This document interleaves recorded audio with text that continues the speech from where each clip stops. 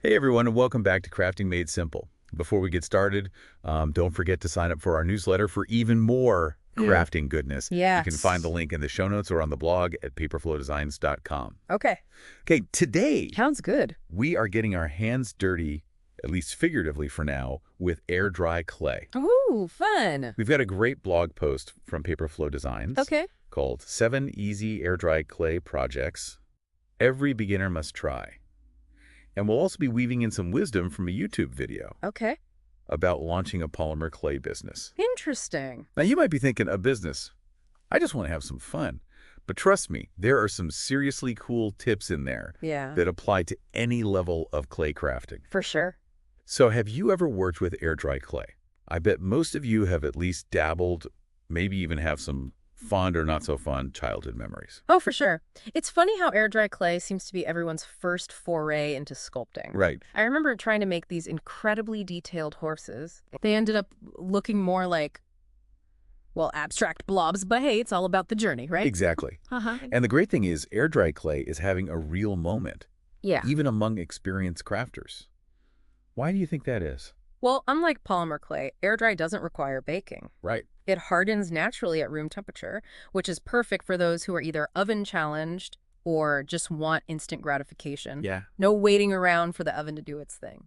That makes total sense. And it's probably less intimidating for beginners. Absolutely. Speaking of which, the Paperflow Designs blog post is a great resource for anyone just starting out with air dry clay. For sure. It covers everything from the types of clay they specifically mention, Crayola and DAS, to the essential tools you'll need. But I'm curious, for someone who's maybe moves beyond the beginner stage, are there any hidden gems in that list? Tools that maybe aren't immediately obvious, but could really elevate your crafting game? Oh, absolutely. The blog post mentions sculpting tools and rolling pins, which are the basic, but think about silicone molds. Oh, yeah. They open up a whole world of textures and intricate designs that would be really tough to create by hand, especially for finer details. That's a great point. Molds are often associated with baking, but they're just as useful for clay. Right. It's like, why struggle when you can have a perfectly formed seashell or leaf texture in seconds? Exactly. Now, the blog post also talks about conditioning and storing the clay, which, let's be honest, can be a bit of a chore. Yeah. But it's crucial for preventing those dreaded cracks. Ah, yes. What's your take on this and any tips from your own experience? You know, it's like with anything, a little prep work goes a long way. Yeah. Conditioning the clay is like giving it a good workout before the main event. Okay. Kneading it thoroughly removes air bubbles and makes it more pliable, resulting in a smoother and more even texture. Okay. And when it comes to storage, treat your unused clay like a prized possession. Ah, Wrap it tightly in plastic wrap or store it in an airtight container. right. This prevents it from drying out prematurely. I'm so guilty of leaving my clay out in the open, and then I wonder why it's all cracked. Yeah. The blog post goes on to cover some fundamental techniques: Oh, okay. rolling, cutting, and shaping. Got it. It seems pretty straightforward. Yeah. But are there any pro tips you've picked up over the years that aren't so obvious? Definitely.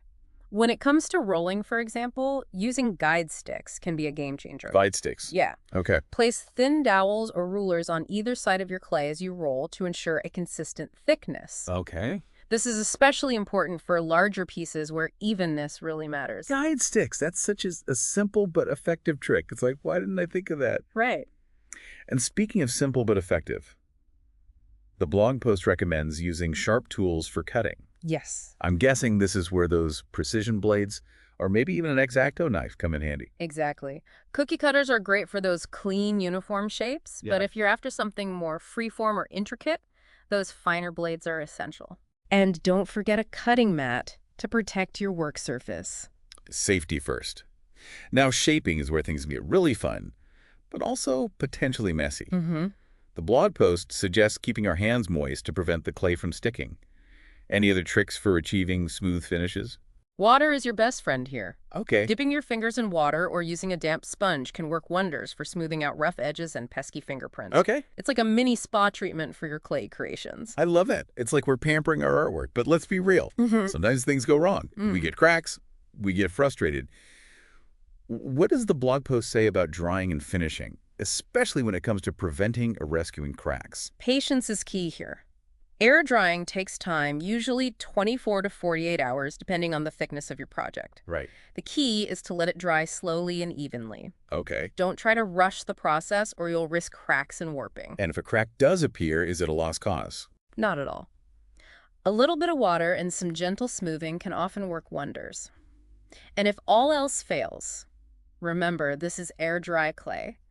You can always add more clay to blend and camouflage those imperfections. It's all about creative problem solving. It's so true. Air dry clay is surprisingly forgiving. Yeah. You can always add more, reshape it, smooth it out. Yeah. It's a great medium for experimenting and letting go of the need for perfection. I love that mindset. It takes the pressure off. Right? The blog post also touches on painting and sealing, Okay. which can really elevate the look and durability of your projects. Yeah. What are your go-to tips for these final steps? For air dry clay, acrylic paints are your best bet. Okay. They adhere well and offer a wide range of vibrant colors. Apply thin coats, allowing each layer to dry completely before adding the next to prevent smudging or cracking. And then there's the sealing. I'll admit, I sometimes skip this step because I'm impatient. Yeah, no. But the blog post stresses its importance, especially for projects that will be handled frequently. Think of sealer as a protective shield for your masterpiece. Okay. It not only adds a professional finish, but also protects the clay from moisture dust and general wear and tear. Right. It's especially important for things like coasters or jewelry that will be exposed to more elements. Yeah, that's true. You can choose between brush-on or spray-on sealers depending on your preference and the project's complexity. Okay, so we've covered the fundamentals of air dry clay based on the Paperflow Designs blog post. Right. Which, by the way, you can find a link to in the show notes or over on the blog, paperflowdesigns.com. Yes. Now let's switch gears a bit and tap into the wisdom from that YouTube video about starting a polymer clay business. Okay. Even if you're not planning to sell your creations, there are some really interesting takeaways that can level up your crafting game. Absolutely. One thing that stood out to me was their emphasis on tools. Yeah. They talked about Right. pasta machines, which we mentioned earlier for rolling out clay, but they also highlighted extruders. Oh, yeah, extruders. Have you ever used one of those? I've heard of extruders, but I'll admit they always seemed a bit intimidating, like something out of a sci-fi movie. Uh-huh. What exactly do they do? They might sound fancy, but they're actually quite straightforward. Okay. An extruder is basically a tool that pushes clay through a die, creating long, consistent strands in various shapes. Okay. Think of it like a pasta maker, but instead of noodles, you get these amazing clay ropes or tubes. Okay, that makes sense. Yeah. So instead of painstakingly rolling out thin snakes of clay by hand, we could use an extruder for those perfect uniform shapes. Exactly. That would be amazing for details on earrings or creating intricate patterns on coasters. Exactly. And extruders come with different dies, so you can create a variety of shapes. Oh, wow. From simple rounds to more intricate stars or hearts. That's so cool. It opens up a whole new world of possibilities for adding texture and dimension to your projects. I'm definitely putting an extruder on my wish list now. Good idea. It's amazing how tools from one craft can be so useful in another. It makes you wonder what else we could be repurposing. For sure. Now, another great point the video made was about the importance of documentation, especially when it comes to color mixing. Yes. They recommended keeping a crafting journal Okay. and writing down the precise measurements for each color combination you create, so you can recreate those perfect hues again and again. That's a great tip. That's brilliant. I'm always trying to recreate a color I mixed on a whim and can never quite get it right. I know, me too. A crafting journal would solve that problem. Right. And probably spark new ideas, too. For sure. I think a lot of us get caught up in the final product and forget to document our process. It's so true. And beyond color mixing, documenting your process, whether it's through notes, photos, or even videos, can be incredibly valuable. Yeah. You can refer back to it for future projects, track your progress, and even share your techniques with others. You know, it's funny how those business tips translate so well to casual crafting. The video also talked about embracing mistakes as learning experiences, which I think is so important Absolutely. in any creative endeavor. It's easy to get discouraged when something doesn't turn out exactly as planned. Yeah. But if we shift our mindset and view those mishaps as opportunities to learn, it takes the pressure off and allows us to be more playful and experimental. It's so true. Some of my favorite creations have come from so-called mistakes. Yeah, It's all about that happy accident. exactly. And speaking of happy accidents, the Paperflow Designs blog post has some amazing project ideas. Out To there. get those creative juices flowing, we'll dive into those right after Let's do it. we get back. And we're back with the main event, project time. The Paperflow Designs blog post lays out 7 easy air-dry clay projects that are perfect for beginners. But even if you're a seasoned crafter, I bet you'll find some inspiration here. Definitely, they're all classics for a reason. They're functional and open to endless variations. Okay, first up, air-dry clay earrings. I mean, who doesn't love a cute pair of earrings? And with air-dry clay, you can create any shape, color, or texture you can dream up. You can go for bold geometric shapes, delicate florals, even abstract designs. And think about incorporating those extruder techniques we talked about earlier. You could create some really unique textures and patterns. Next on the list, we have ashtrays, which, let's be honest, not everyone uses for their intended purpose these days. But they make super cute little catch-all dishes for jewelry keys or even those random bits and bobs we all seem to accumulate. Totally. And you can get really creative with the designs, color blocking, marbling, even adding those natural elements like pressed leaves or flowers. Then, of course, we have the crafting staple coasters. Coasters are so practical, and they're a great way to add a personal touch to your home decor. I love the idea of creating a whole set of coasters with different themes or patterns. You could do a nature theme with leaves and flowers, a geometric pattern, or even personalize them with initials or quotes. And for those of us who are always misplacing our keys, the blog post suggests a jewelry holder. I'm picturing something whimsical maybe, with little branches for hanging necklaces and tiny dishes for rings and earrings. That's such a cute idea. And you could really customize it to fit your own style and needs. Maybe add some decorative elements like beads or charms, or paint it with your favorite colors. Up next, we have magnets.